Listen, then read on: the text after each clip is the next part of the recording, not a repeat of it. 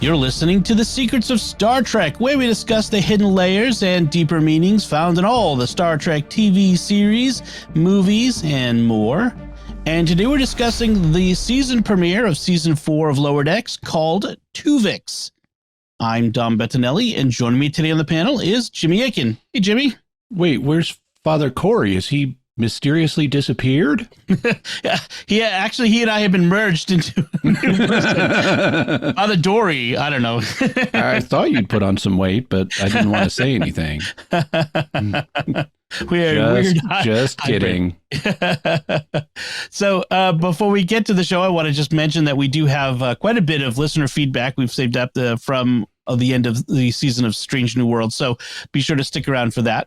And I want to mention that you can get your very own Secrets of Star Trek t-shirt and other merch by visiting sqpn.com/merch. And I actually saw a listener in our Discord sharing photos of themselves in Spain and going to Mass at the Cathedral in Madrid and other places in Madrid wearing our Secrets of Star Trek shirt. So I thought that was a lot of fun. Folks, please share where you picture yourself in various places with it. That's awesome. That actually fits in with what I've lately been doing at the Sign of Peace. Instead of waving to people, I've been doing the Vulcan salute. That's awesome. I may start doing that myself.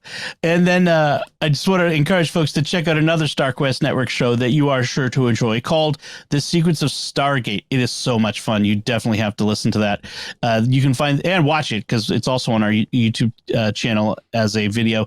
And you can find that also wherever fine podcasts are found or at sqpn.com/Stargate. So we are talking about Twovix, and as usual, Jimmy, could you give us a recap of what happens? Yeah, first of all, we should mention that this is not spelt the same as the Twovix episode of Voyager. That was Tuvix, a merger of Tuvok and Neelix. This is Twovix, so expect similar shenanigans. This week, the Cerritos is assigned to transport the newly restored Voyager back to Earth where it can be used as a historical museum display. But a series of Voyager-themed disasters begin to happen. First, a flower petal from the orchid that was involved in the merger of Tuvok and Neelix causes a transporter malfunction that merges Dr. T'Ana and Chief Engineer Billups into a new being named T'Illips. Second, a dormant macrovirus is discovered on Voyager and it escapes and starts replicating. Third, the macroviruses accidentally activate the new ship-wide holo-emitters and release copies of multiple holodeck characters from Voyager. And fourth, the macroviruses start to merge with Borg technology from 7 of 9's Borg regeneration chambers. Captain Freeman looks up Captain Janeway's solution to the Twovix problem and discovers that Janeway straight up murdered Twovix, even though he begged her to let him live, a fact this episode is remarkably frank about. Unfortunately, T'Illips also looks up Janeway's solution, and T'Illips doesn't want to be murdered, so he decides to create allies and begins using the transporters to merge all of the Cerritos crew into two-person figures to create a Twovix-like army. New Vulcan lower decker T'Lyn tries to fix the situation by transporting all the merged people into the brig, but they all end up merged into one gigantic Tuvixy meatball. And now that they're a giant non-sentient blob of meat, this seems to remove the ethical considerations about separating them into individual beings again, and Tendi helps T'Lyn split them apart. Meanwhile, on the Voyager, the ship has been completely taken over by the Borgified macrophages and holograms, except for Boimler. So Boimler frees Rutherford, and together they free the ship. To distract a Chaotica program, Boimler pretends to be the son of Tom Paris's character Captain Proton. And that lets Rutherford infect the Voyager systems with Neelix's stinky cheese, disabling the Borg implants in the macroviruses and the holodeck creations. With everything now fixed, all of our lower deckers are promoted by one rank, except for Rutherford, who technically broke Voyager and says he shouldn't be promoted since engineers fix things rather than break them. Mariner is unhappy with her promotion, but she comes to look on it positively, as at least they're still the least important middle-rank officers and thus still lower deckers. They end the episode by chanting, lower decks, and noting that there should be no mysterious threats blocking their paths. So we cut away to Klingon space and see a Klingon lower deck ship from season 2 being destroyed by a new mysterious threat. The end. You're muted. I was just amused so much I forgot to unmute myself. Your overall impression of this episode? I really enjoyed it. I thought it was a lot of fun. It was nice to have a deep dive into Voyager. Thus far on Lower Decks, we've had, significant. We've mostly focused on the Next Generation, and there have been little allusions to Voyager or Deep Space Nine and maybe even Enterprise, but it's primarily been TNG focused and with some TOS focus as well. So it was nice to have a Voyager centric episode for once that just called back all kinds of shenanigans from Voyager's history. Lots of deep cuts. I mean, and even in stuff that never got mentions on screen is in the background, and it's just, it's sort of a love letter to Voyager that acknowledges many of its flaws. It didn't even get into some of the flaws. Yeah. I was waiting for a few that never showed up, but yeah. Yeah, but they even had things like robotic, since it's a museum, they had animatronic versions of the newts that Janeway and Paris turned into and then mated in newt form, that's one of the dumbest things ever in not just Voyager history, but Star Trek history. Lowest point of Voyager, I think, occurred at that episode. And so they had a pair of animatronic newts. They got Borgified. And they didn't even talk about them on screen. They're just there. Right.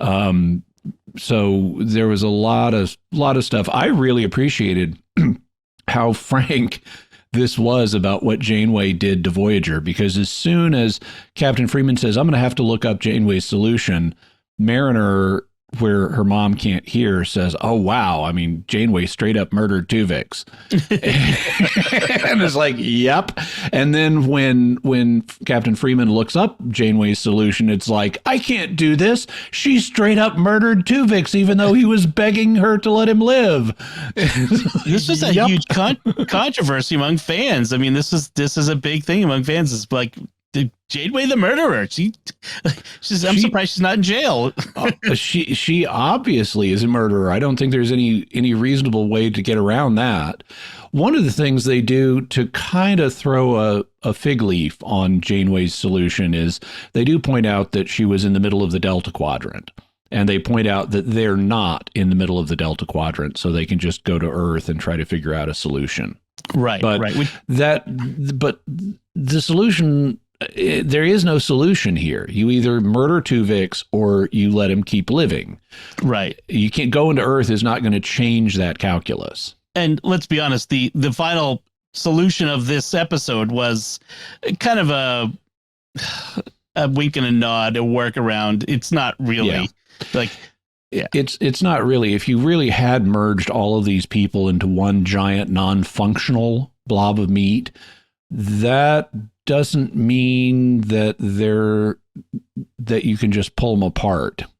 It's more complicated than that. Right. But at least they changed the scenario enough that it sounds surface level plausible that the same ethical considerations might not apply. Of course, if you really want to get down to it, the transported murders everyone every time they step into it anyway. So depending on your transporter theory, there are episodes that point the other way. Like the one where Barclay is conscious through the transport and sees things happening in the transport. And that would indicate that human consciousness is continuous throughout the transporter process, and your consciousness is still somehow associated with your atoms. And in that case, you wouldn't really be dead. You'd just be transformed during the transport process. Right. So let's get into some of the specifics of this one. We start with this whole question of the promotion. And that's a big deal for this episode because this is a show about lower decks. They are the bottom of the rankings here on the crew at least among officers. And, to change that might change. Now, obviously at the end, they say we're still kind of lower decks, but the idea of, in the starting the fourth season with this idea of promotion, that's kind of an interesting idea.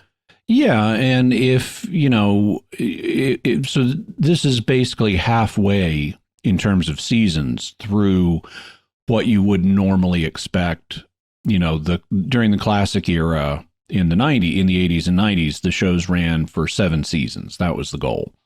And so if you say, okay, we're going to keep them as ensigns for the first 3 seasons, at the beginning of season 4, we're going to promote them all to lieutenant junior grades. We can move them up to full lieutenants or something, maybe at the end of the final season 7. And that'll be a nice out note for them. They all get promoted. They're no longer lower decks, and the series ends. Yeah, it kind of reminds me of like Discovery when they were promoting it. It was like, all the Star Trek shows always focus so much on the captains. Well, we're going to have a show focused on not the captain. And then by the end of season 2, she's the captain. She's the captain. Like, well, I guess we all decided that wasn't working. So I like the idea of kind of letting them move up. I mean, it's better than what Harry Kim got. It's better than what the entire original series crew got. They were locked in their ranks for 7 seasons with no promotion. Presumably, although we only saw 3 on-screen seasons. True. 3 seasons. Sorry. Yeah. But yeah. For the whole show. Yeah. So the funny thing is of course, the humor is that Ransom tells Boimler, you're locked in for this promotion. It is yours unless you have a screw up of historic proportions. And poor Boimler knows that's exactly what's going to happen. There's going to be some sort of historic proportions of a mess up going on in this episode. Oh well.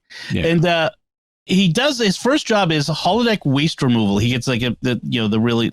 I'm thinking, what waste is being removed from a holodeck that is that bad? It's kind of funny. Well, I mean, even automobiles have waste, That's true. And so holodeck machinery presumably would too. Apparently. And it's apparently a really terrible job.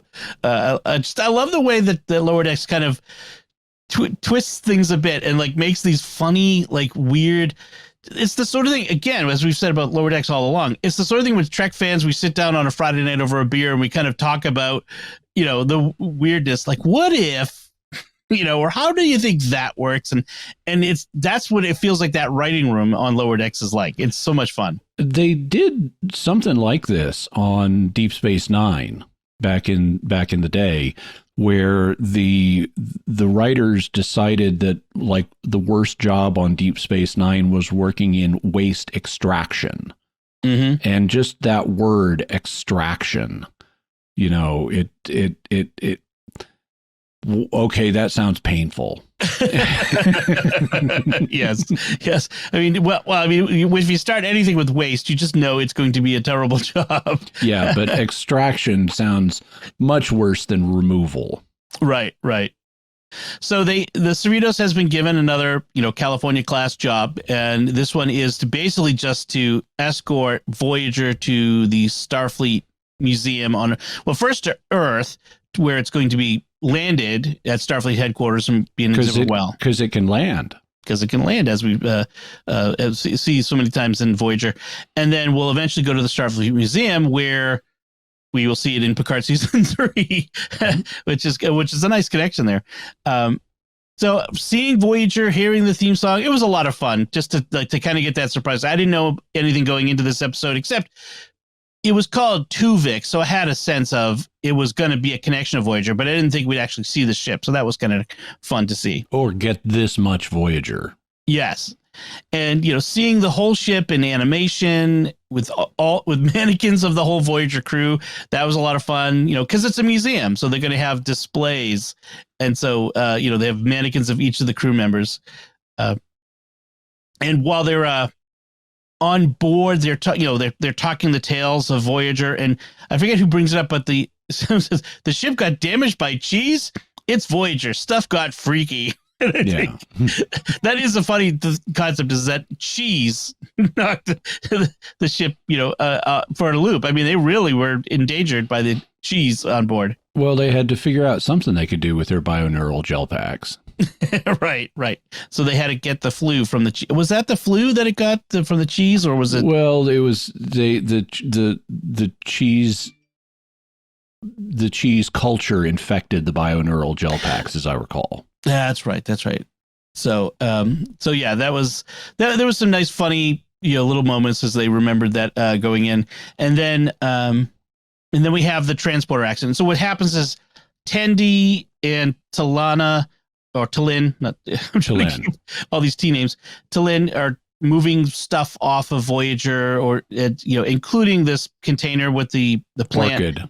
Yeah, and this leaf flies off, and the petal flies off and goes, ends up in the ventilation ducts, and causes this combination of Dr. Ta'ana and Billups. And Illups is an interesting combination. It is, especially because they're not. I mean, they're not the same species. Of course, Neelix and Tuvok weren't, but they're also not the same sex, and so. And they play with that a little bit, where because Shax is Ta'ana's boyfriend, and at one point Shax asked to Illups, "Do you have just how much of Dr. Ta'ana's memories do you have?" And to Illips's eyes get really huge, and we cut away. Right. I like, though, some of the character humor in this. So Billups is like recalibrating the transporter as the petal gets mixed up in things. So I guess the transporter was in a vulnerable state since it was being recalibrated. But just before that, Billups has been telling Ta'ana about a pet that he used to have on his D&D fantasy homeworld. And Dr. Ta'ana, being grumpy as normal, is like, "Why do sick people always tell me about their pets?" Well, there's probably a reason for that, Dr. Ta'ana. Because you're a cat and you remind people of their pet. There's also a nice bit where on Voyager where the macrovirus gets around Boimler, who has been posted at the door to keep it from getting off the bridge, and it gets past him, and Ransom, the human first officer, looks at Boimler and says, "Shaka when the walls fell." And Kason, the Children of Dama or whatever he is, security guy, looks at Ransom and says, "So Kath, his eyes uncovered," and Ransom says, "I try to pay attention," and they do a fist bump. That was I noticed that too. That was a really good moment. By the way, the macroviruses, the Tactacian macroviruses, they were from 2 episodes of Voyager. From the first one was Macrocosm, and then again showed up in another one called Shattered. Mm-hmm. And so it's been behind this panel for 8 years before Rutherford lets it out. It's hard to say that he's responsible. I mean, he's just, it was there. Yeah, well, he doesn't. They don't really blame him for that because nobody knew it was there. Not even the caretaker who had refurbished the ship knew it was there. Yeah, it's because of his solution. Yeah, when at the end when he says, "Oh, it's okay that I didn't get promoted because I'm an engineer and I technically broke Voyager and engineers fix things rather than break them."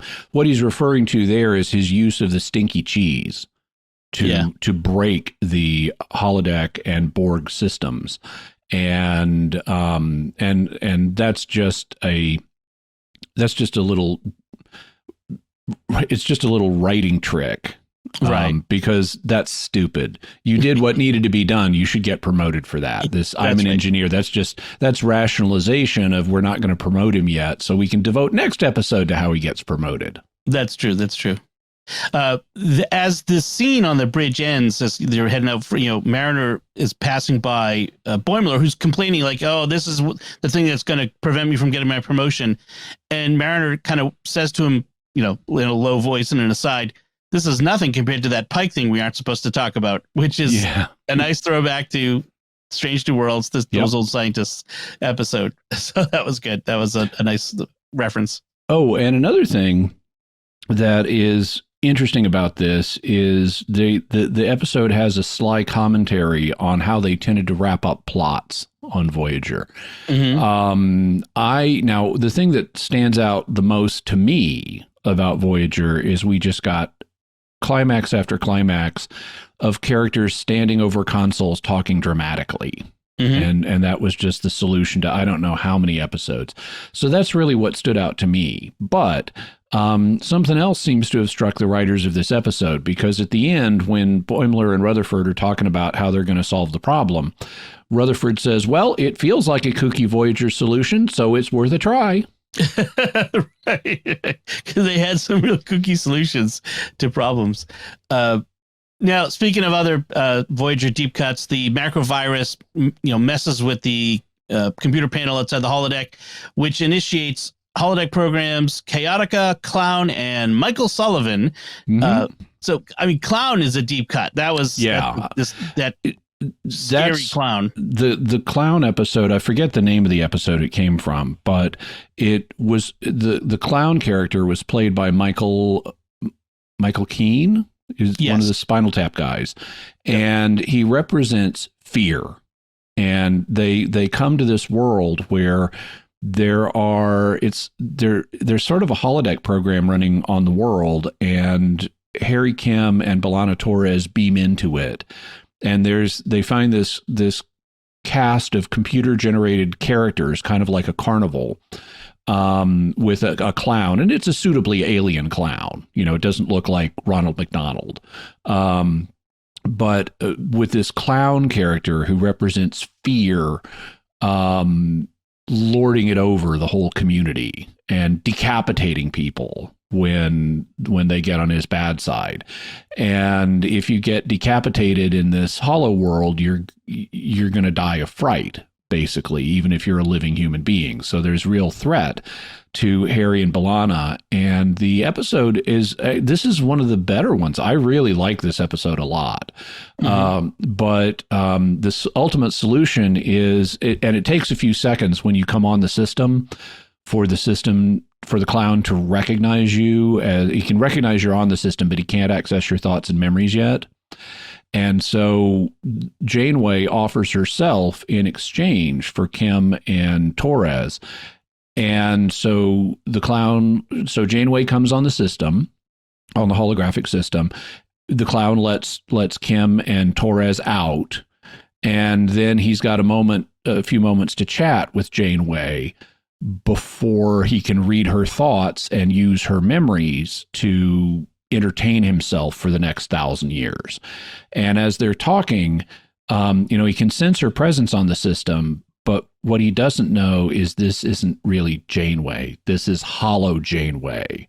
And so the real Janeway never connected to the system, or at least her memories are not part of it. She's not mentally part of this loop. And so hollow Janeway explains to the clown, as he realizes the truth, that he got cheated. And he's alone now forever. And we close on this somber, sort of dark, but just ending of the fear clown being left alone by himself in the darkness. Right. And him being afraid for once. Right.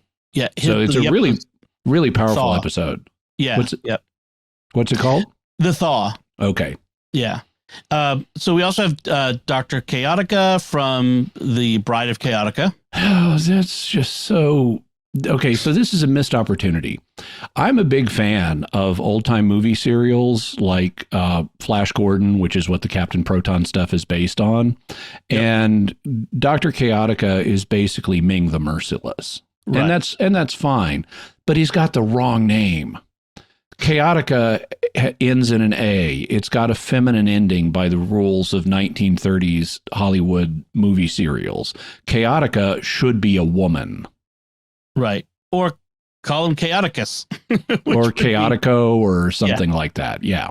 Yeah. So he was in several episodes. Night, Bride of Chaotica, Shattered. But the main one, I think, was Bride of Chaotica. And I like the convention they introduced of the holodeck can make things black and white. So if you go into a holodeck that's set in 1930s movie mode, your normal skin tones are going to be rendered in black and white. Right. And then you have like two villains, and then they combine it with Michael Sullivan, from the Fairhaven simulations. Yes, the bartender from Fairhaven, Ireland, who falls in love with Janeway, and so they have him throughout this episode, kind of like being a villain but falling in love, sort of thing. Being the that character of the bartender who wants to fall in love with you, sort of thing from Ireland. That was interesting and amusing. Those and the fact that when the holodeck activates, safety protocol set to random, which is random. What's that mean? Also, they one of the first things, because it was a big plot point on Voyager that the Doctor initially was just confined to sickbay, and the only way he got out was by having a personalized mobile emitter. And so Mariner, as soon as these characters materialize, Mariner is instantly like, how is this possible? Why aren't they confined to the holodeck? And the caretaker, who's a guy named Beljo Tweakle, he says, well, reasonable improvements in the name of historical interest are an acceptable compromise with historical accuracy, because he's installed holo emitters all over the ship now. Right. And Mariner immediately calls him out on that, which is just the writer's way of hanging a lantern on the fact that they want the holodeck villains to be able to roam the ship. Right. What I was surprised was we never got the Doctor. Now, that would have meant getting Robert Picardo and that sort of thing. And maybe he just wasn't available. But, man, that would have been interesting to have the Doctor's program activated and have him be part of the solution, or at least the antics of the craziness. That would have been fun. It would have strained their budget, perhaps. In this episode, it looked to me like the voices of the three holo characters were not the original actors who portrayed them. No. And that's a cost-cutting measure, basically. Yeah. So that would have been fun, but I can see why they didn't do it. So back on the Cerritos, you have T'Ilips now finding out that that what Janeway's solution was, and so his idea is to create allies. And ends up the first one he does is combines Dr. Migliemo, who is the bird counselor, with Captain Freeman, Dr. Freeglyman. And it's interesting that as soon as he creates the combination, they're automatically on his side. It's this new person, and it's kind of this. I mean, this was if you suddenly come into existence and you're a new person, do you want to be torn apart? Right. Well, it was kind of the problem with the original episode was this idea that you would have this completely new personality, new whole person that's a combination of the memories of and personalities of, and that one, the original Twovix, really. I am willing to go far in suspension of disbelief, but that one really pushed the boundaries for me because it seems so materialist. Okay. In the sense of it's the combination of the bodies that creates the person, and that who we are doesn't really extend beyond the physical. Well, I don't know that that's the case even in that episode. To me, now, if someone said, okay, here's what just happened in real life, what's your analysis of it? I would say, okay, well, we have at least some reason to think that memories are stored in our brains. So you merge two people's brains, assuming they come out and they're not crazy or mentally fried, which is itself an enormous leap.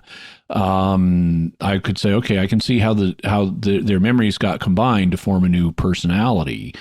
If you're talking about souls, though, my inclination would be to say one body, one soul.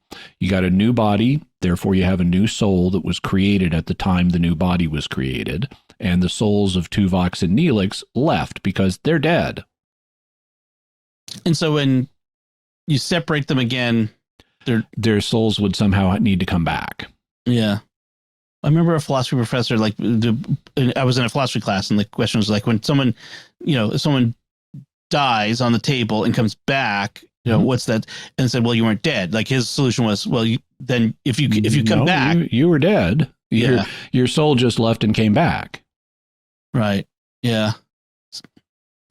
And then there's the problem with where's all the extra mask on, but that's a whole nother. We can talk about that when we talk about the Voyager Twovix episode. We'll get into all of the details there. We haven't talked about that one yet. I thought we had. Did we? That was that a first season? I don't recall. Okay. Yeah, I think it's pretty early because Neelix is still mooning over Cass. Right. That's true. I must have forgotten our discussion. It's probably a while ago now, but well, in any case, we probably talked about it then if we did. So Boimler is going through this crisis of he doesn't think he deserves the promotion, and he reveals to Mariner the reason he doesn't think he deserves it is he didn't believe her last season when she got sent off to Starbase 90. And then when their friendship suffered when he went off to the Titan and was kind of a jerk about it, and failed at the Titan and came back. And so I think he kind of thinks of himself as, well, I'm the screw up who's never going to go anywhere. And Mariner kind of bucks him up and says, no, really, look at all the good things you've done. That sort of idea. Mm-hmm. I just looked it up in Tuvix's end of season 2 on Voyager. Okay. So maybe we haven't talked about it, or maybe we did skipping around or something. Yeah. I really don't think we. In any case, because we do skip back and forth, but I thought we skipped further into the future. Yeah. In any case, so we get this scene where the Borg regeneration chambers get knocked over on top of the curator, and the macrovirus,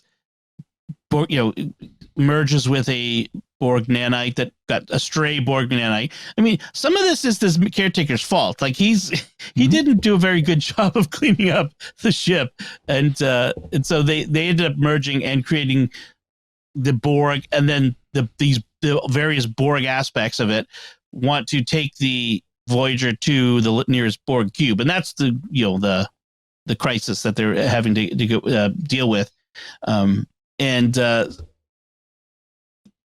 so the solution there is to use the cheese, the Neelix cheese.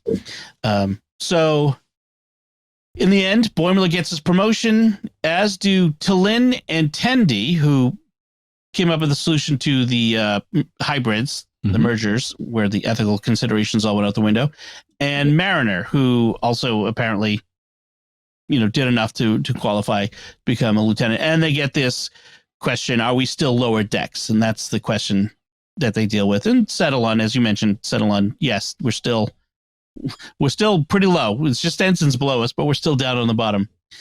And then we do get this after scene, which is interesting. It seems to be setting up a season arc. Yeah, where we have this mysterious ship show up, which at first I thought looked like the Traveler's ship, which was more organic. So it clearly it isn't, because as I saw it wasn't. But that was like my initial impression. And we see these Klingon lower deckers that we had seen before, and then next episode we'll talk about that. We see the Romulan lower deckers that we'd seen before, and so their ship gets quickly destroyed by this thing. It takes out the Klingon ship pretty readily, even though they're cloaked. Right, and they are unable to shoot at it. So, right. So it disables their weapons and then blows them out of space. And it all happens very quickly. We get a little bit of comedy with the Klingon lower deckers before they all die. And, right. And so this is setting up our season arc. And I'm guessing that the super powerful ship, is going to be run either by Badgie or by Peanut Hamper or one of our similar robotic, foes. Coming back to exact vengeance of some sort. Yeah. It's kind of a dark way to end this funny episode. Lower Decks does not have a problem with, going dark for some of the stuff. Semi-dark. It's not super dark, but sort of black comedy in that sense. So, and that's the end of that episode. Any other thoughts? Anything we didn't cover, Jim? No, there are a few little things. Like I liked a line that Mariner has when she's gotten covered in goo from one of the macroviruses, and it's used the goo to pin her to a wall, and Boimler comes running up to her, and she says, "This is why we can't keep secrets. One of us always ends up covered in slime." True. That's happened more than once. That's true. All right. So that ends that episode. Now, I mentioned we have some listener feedback, so let's get right to that. Yeah. From our discussion in Strange New Worlds of Under the Cloak of War, Continuum Meditations on YouTube writes, I, too, count this as one of Strange New World's better episodes and appreciated your inclusion of the philosophical and historical implications of the show. As for Vreenak's death in DS9's In the Pale Moonlight, I recall that Sisko's actions were sanctioned by his superiors to do whatever it took to draw the Romulans into the Dominion War. Therefore, I always considered what he and Garrick did as ultimately being covered up by his allies at Starfleet Command. And that's why he faced no consequences. Could something similar have happened with Mbenga not facing any consequences in this matter? Well, so I'd have to go back and review what Sisko said about approval from his superiors. And even then, there could be room for interpretation of do whatever it takes could mean do whatever it takes legally, as opposed to murder a Romulan senator. So I don't know how much Sisko's superiors knew about what he did. And they may not have known or even approved of the actions he did take. And he himself actually at first didn't know that Vreenak had been killed as a result of all this. I mean, he goes and confronts Garrick when he realizes what's happened. And Garrick says, yeah, I arranged this so you would have plausible deniability so that you wouldn't, because you needed to do this, but you're a puny human. You didn't have the guts for it. So I did it for you because you wouldn't have been able to do it consciously, but subconsciously you knew it needed to be done. And that's why you sought out me to do it on your behalf. And so I don't know how much Sisko's superiors actually knew, but whether they had advanced knowledge or not of all this, they most definitely would have covered it up. Because if it had come out that the Romulans had come in because one of their senators was killed in this way, that would have either caused them to withdraw from the war or flip and start fighting the Federation. And so there absolutely would have been a cover-up of that. When it comes to Dr. Mbenga's situation, I'd also have to go back and review the episode because I don't remember. I've only seen it the one time, so I don't remember the details well enough. But he was not in Captain Sisko's position. Sisko was a major commander in the Dominion War, but Mbenga was a field medic, and he wasn't even the chief field medic of the base of the 4077, the MASH unit that he was stationed at. So I think he was farther down in the chain of command, and I don't know what his superiors would have been aware of or authorized in his behalf. Yeah, as I recall, like he was asked by the special ops guy, the Andorian, to join them, but he said no, and then that guy got killed. So there was like I don't think anybody knew Mbenga had done this. I think this was off the record. Yeah. Only he knew that it had happened. I don't think this was a case of turning a blind eye so much as he just went out on his own, did it, and never told anybody until now. So, yeah. Our next feedback is on the Subspace Rhapsody episode, and Emma 2020 via email writes, "Love your podcast. I listen on Spotify. Just a thought. The Uhura saving the day line might be a nod to 42nd Street, the musical, and the trope of the unknown dancer/singer becomes a big star by saving the show. Uhura is a major character, but Pike telling her that she needs to save the ship for everyone really made sense if you think of her getting her big break. Well, they certainly could have played it that way if they chose to. That's not what I got out of it, because they don't portray this as I'm this little nobody who's suddenly getting a big break.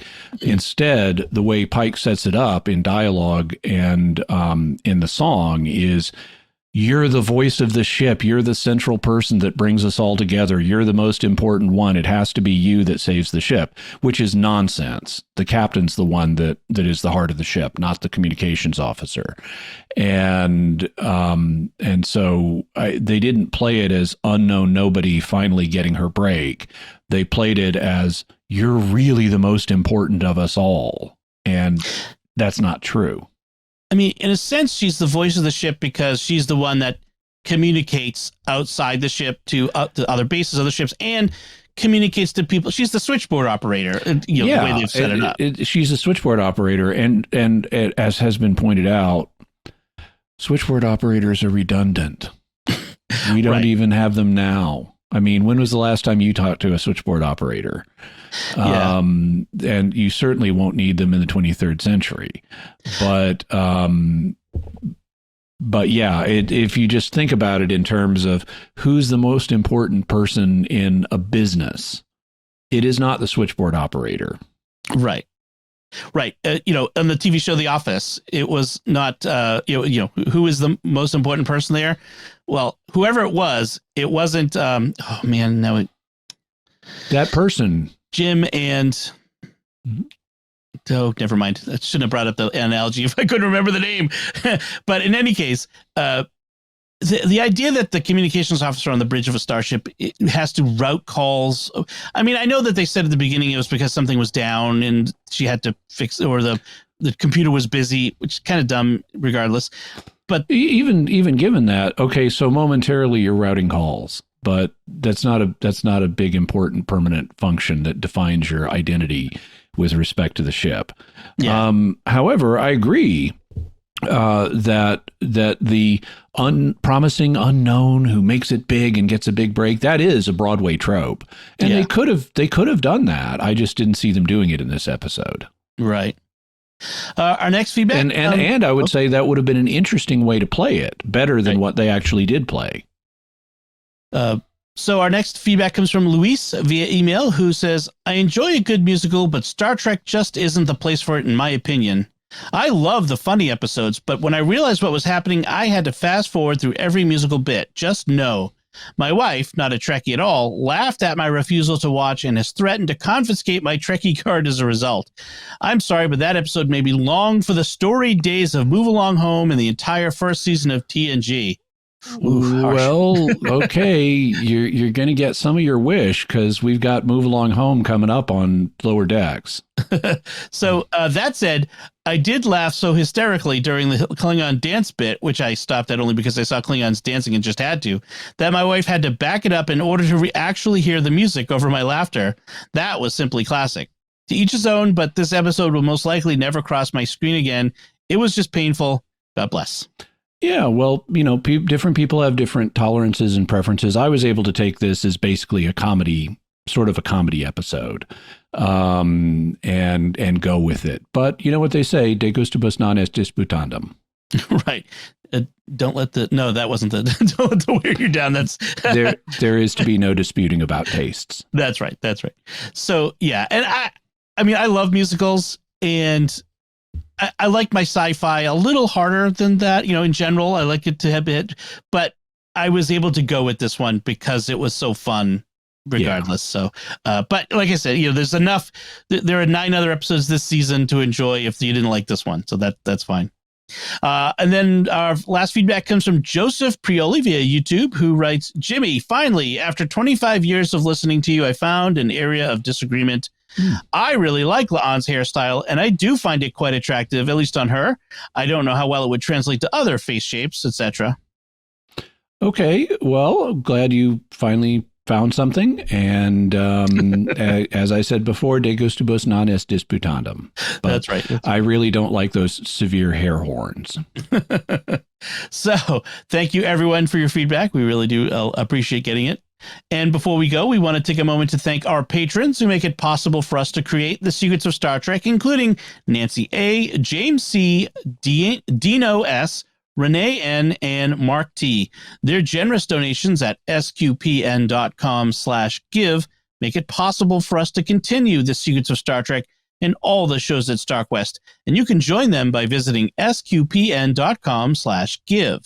This StarQuest show is brought to you in part by Sam Castry Law, LLC, focusing on business and entertainment law in the greater Chicagoland area and intellectual property law across the U.S. Learn more by visiting castrylaw.com, CASTREE law.com. Licensed to practice in Illinois and before the United States Trademark Office. So that's it from us. We would love to hear what you thought of Twovix. You can let us know by commenting on the show at sqpn.com/trek or our Facebook page at facebook.com/StarQuestMedia, or send an email to trek@sqpn.com, or visit our Discord community at sqpn.com/discord. You can watch The Secrets of Star Trek on our YouTube channel at youtube.com/StarQuestMedia, where you can also leave a comment. And we'll be back next time, which will be very soon, because we're going to be discussing the next episode of Lower Decks. Sorry, Strange Worlds, Lower Decks, which aired released at the same time as Twovix. It's called I Have No Bones, Yet I Must Flee. Until then, Jimmy Akin, thank you for joining me and sharing The Secrets of Star Trek. Thank you, and live long and prosper. And once again, I'm Dom Bettinelli. Thank you for listening to The Secrets of Star Trek on StarQuest. And remember, are you kidding me? Shaka when the walls fell, Ensign.